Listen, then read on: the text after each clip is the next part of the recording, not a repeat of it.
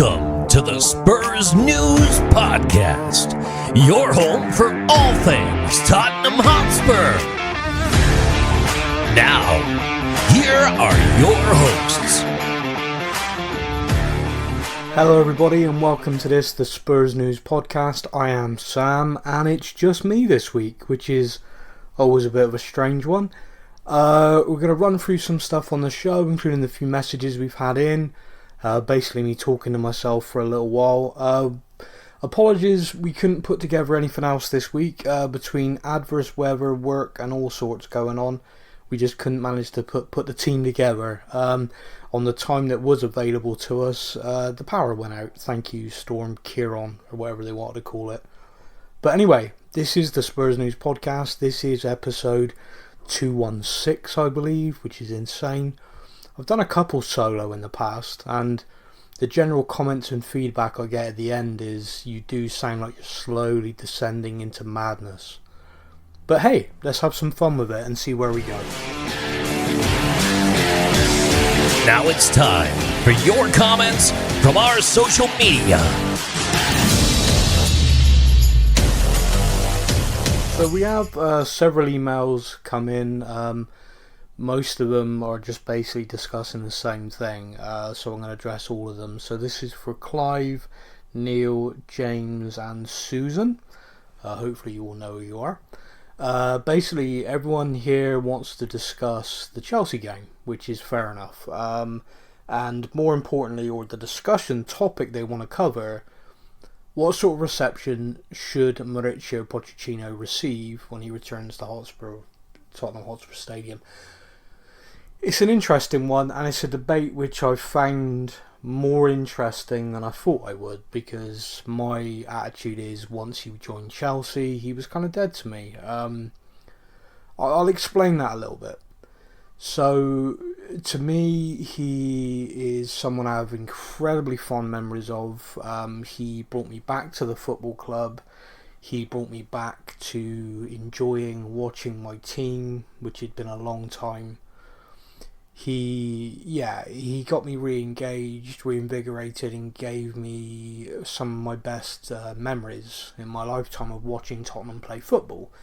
Now, granted, I know a lot of people, they derive their joy purely from lifting trophies, etc. And that's fine. It's not my place to tell anyone what to think, when to think it. For me, actually enjoying watching my team week in, week out was amazing. That's something I've not really had. I mean, I've seen us lift a couple of League Cups, FA Cup, when I was very little, but barely remember the UEFA Cup. But so I've seen those things and I've enjoyed them. Obviously, I've enjoyed them. But actually seeing my team week in, week out look like we could beat anybody was incredible. So some of the memories of the peak Pochettino years are phenomenal. When he was fired, I wasn't happy about it. I felt that the club made a decision where, okay, we need to completely overhaul this squad, or we swap the manager and see what someone else can do with this squad. They made their call. I believe, and it's just a matter of opinion, it was the wrong call. I believe they should have backed in to overhaul the squad and gone again. But the call was made. Jose came in. He did his thing. Didn't really work, as we know. Possibly could have won us a League Cup, but, you know, if he got fired, Mason had to go. The bloke I won't name, because I have no idea where the jingle is for it, came in, was a waste of time. Antonio Conte, the anniversary yesterday of his appointment in 2021, which is mad to me. It's been 2 years. It feels like yesterday, and then at the same time 100 years ago. It's a very, very odd thing. And everything looked kind of promising there, but then it just, I think personal circumstances of him, and it just wasn't the right fit for the club. But his style of football, prolonged, just didn't sit well with us, and his seemingly hatred for all things Tottenham, just generally in life in general. I mean, he had an incredibly rough time in his personal life, so I'm just going to park that there. So I was one of the people that I felt in the summer the best option for the club was a reset, and Mauricio Pochettino returning for me was my number one choice. I think I said it on the podcast, I said it to anyone who would listen to me, that I felt the club needed to go, yeah, look, we made a mistake, let's reset it, please come in, let's now overhaul this squad. I felt that would give us an opportunity to keep Kane as well, but I think perhaps now from what I've read, that was done, regardless. So it's interesting in as much as, how do I feel now? The summer happened. We didn't make the call to Mauricio Pochettino. He then got approached by Chelsea. Can I blame him for waiting for the call from us, realising that was never going to come, and then taking another job which would enable him to live in the home he likes to live in? His family are settled. When he went to manage in Paris, his family remained living in their home where they are. He commuted, lived in the sort of hotel, etc. So I can't blame him. I can't blame him for that. That's like, he never had the chance to return to us. We never made the call. And if we had, by all accounts from people who were close to him, he would have been interested. But then Chelsea came along, which means he would have been earning great money for him and his colleagues, his friends. It's an opportunity to rebuild Chelsea with funding and the ambition. And one of the things he said, actually, which grated, but at the same time you can't overly dispute, is that he is now at a club that has an ambition to win trophies and will do everything they can to do that. And yeah, it grated a little bit that he said it, but at the same time, he there is a valid point to that. Something we've discussed in the past. The winning mentality, the kind of mentality to go out and win things at all costs, does come from the top down. And under Roman Abramovich, manager went stale, boom, he was gone, replaced. Players went stale, boom, gone, replaced. And it was kind of like, it wasn't about the money. There was no financial, there was none of that to it. And of course we know why with Roman. He was money laundering, so he was happy to throw money away. Todd Bowley, I have no idea what that guy is. I'm just baffled by what they're doing. Just like crazy contracts to players that are long term, lots of money. It's bizarre to me, but they're doing it, and they are doing it in a way that they think will be successful. Time will tell whether Mauricio can do that. So I can't blame him for speaking to them. I can't blame him for taking that job. His family's settled. His family comes first. We know that about him. All of that being said, he's dead to me, and I want him booed when he goes on Monday. Now that sounds like a massive contradiction, I know. But let me just make it abundantly clear. I can't blame him for taking a job like that, but I don't like it. It doesn't feel right to me to be... I love Tottenham. I loved my time at Tottenham. The fans at Tottenham were incredible. The passion for that club. Blah, blah, blah, blah. Oh, now I'm going to go to the rival. And I know it's not Arsenal, and that's fine, but that's a geographical rivalry. Us and Arsenal is geographical. Us and Chelsea, there are some issues there. Anyone who's ever been to Chelsea away will tell you. The hissing gas chambers stuff, the anti-Semitic stuff that comes from their fan base. The Battle of the Bridge, where Mauricio was the Tottenham manager, if he cannot wrap his head around why it's not okay, when this is the guy who says, I can never manage Barcelona because I'm tied to Espanyol, I can never manage... It's the same damn thing. I get it, around the world perhaps teams only have the one rival, local rival, but so, England's different, London's different. There are a lot of clubs there that just don't... You shouldn't have joined, and that's one of them. And if he just hung on a bit, I think the Man United job's going to be up soon. So it's aggravating, because whatever club he would have gone to outside of Chelsea and Arsenal, I genuinely believe, me and the vast majority of fans, when he arrived back, you'd have got a warm round of applause, welcome back to the Tottenham Hotspur Stadium, and then we would have just gone into supporting our current boss. Of course, things could be a lot different, and this is something I'm going to put out to everybody. So that's my feelings. That's how I feel. I think, you know, the minute he signed for Chelsea, what he did for the club is there. It's set in stone. But now, nah, go fuck yourself, mate. I'm just not interested. You made your bed. You need to go lie in it.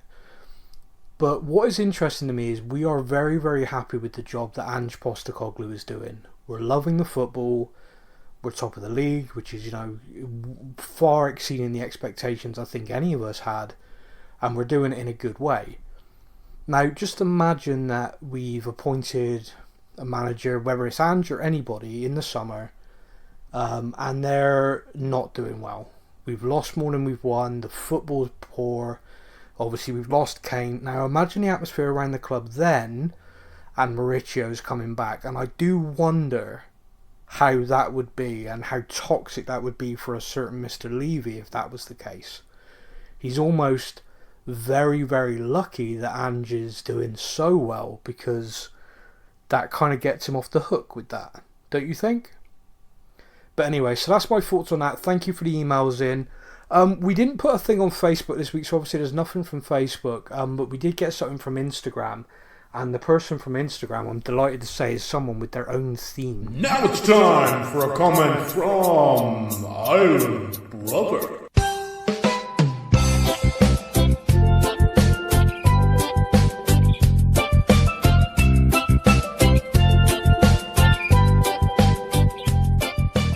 Okay, so Island Brother with the theme, probably the best theme we have.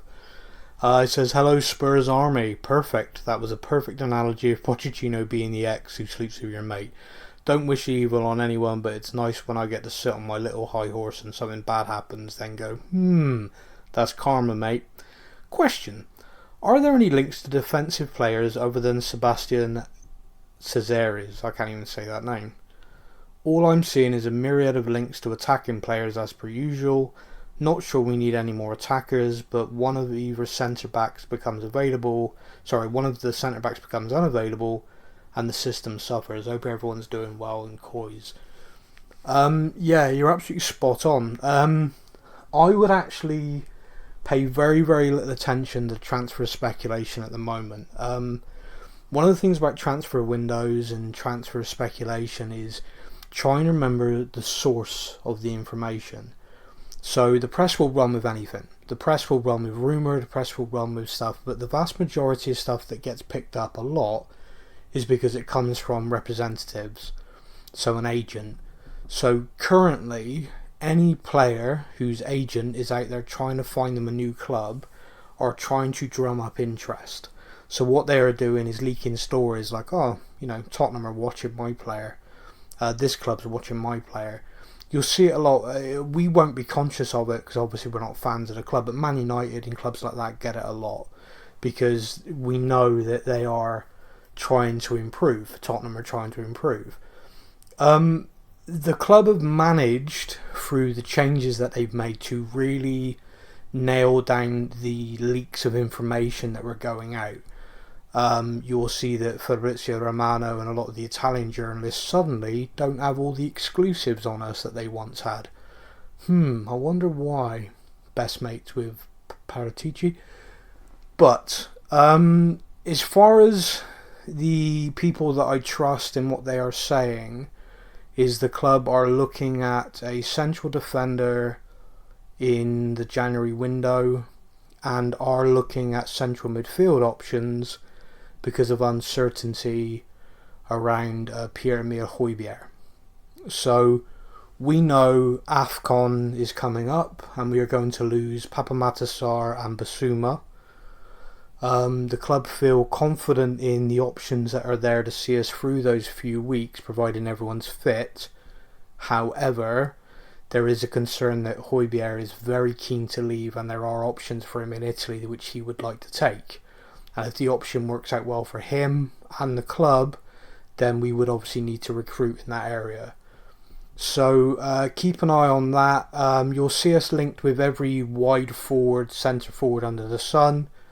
Again, from people I trust, it's a opportunity arises that's very good, it'd be taken, but that's not an area of focus. A central defender, a central midfielder are the areas of focus for January, and then of course the summer is again continuing the rebuild of the squad. So those are the areas that I keep an eye on. The one player we really were interested in, I think his name's Lloyd Kelly, central defender for Bournemouth, has changed his agent and is now being strongly linked to AC Milan. Agent's Italian, I believe, so it's possible we've missed out on that one. But yeah, so as a central defender, central midfielder, those are the areas I'd keep an eye on, and the rest of it is noise. But the one thing that the club always make abundantly clear is, regardless of the position, if an opportunity to add a player of real quality comes up in January, because it is a window of opportunity, they will jump on it. But at the moment, there's those two areas that are the pure focus for what they want to do. So there we go. I mean, I don't have any other questions or anything to go through. The only thing I've got left to say really is about the Chelsea game, which is we played last at the weekend. We go into the weekend top of the table. By the time we play, we most likely won't be. So again, it's going to be interesting to see how the team respond. I think from a mentality point of view, it's just pure focus on the game and not anything else. I think that should be the case all the time. I know it's difficult as it gets later in the season, but currently, just 10 games in, it has to be, okay, who's next? Focus purely on that. We've certainly had enough time to prep. The one thing I saw jokingly, but was quite accurate, is with the size of squad Chelsea have, it must be very difficult to predict what you're going to be up against. I hadn't really thought of it that way, but yeah, I'd guess so. But it's a massive game for so many reasons. Us versus Chelsea is a big game. It's a derby. Mauricio Pochettino's return, there's a real added element of that because of that. I desperately want to win. Like desperately want to win. But not just win, but like win well and really kind of drive it home. I want at the end of that game us to have won, the players to be celebrating, and the South Stand to be belting out our version of the Robbie Williams Angels, because there's a certain line in that if I get to hear at the end of that particular game, I'm going to be over the moon. So look, this is a short, sharp show, just so we put something out. Apologies that our usual discussion format isn't there this week. I'm not going to prattle on any much longer, because let's face it, who wants to just listen to me talk to myself. Thank you so much for always listening. Thank you so much for always getting in touch when we ask. Really appreciate it. Thank you for the messages last week where I was joking about no one liking us anymore. Also appreciate everyone joining in on the debate that me and Matt had. It would appear everybody was very much Team Matt on that. So just goes to show that more than one person can be wrong. Anyway, thank you so much for listening.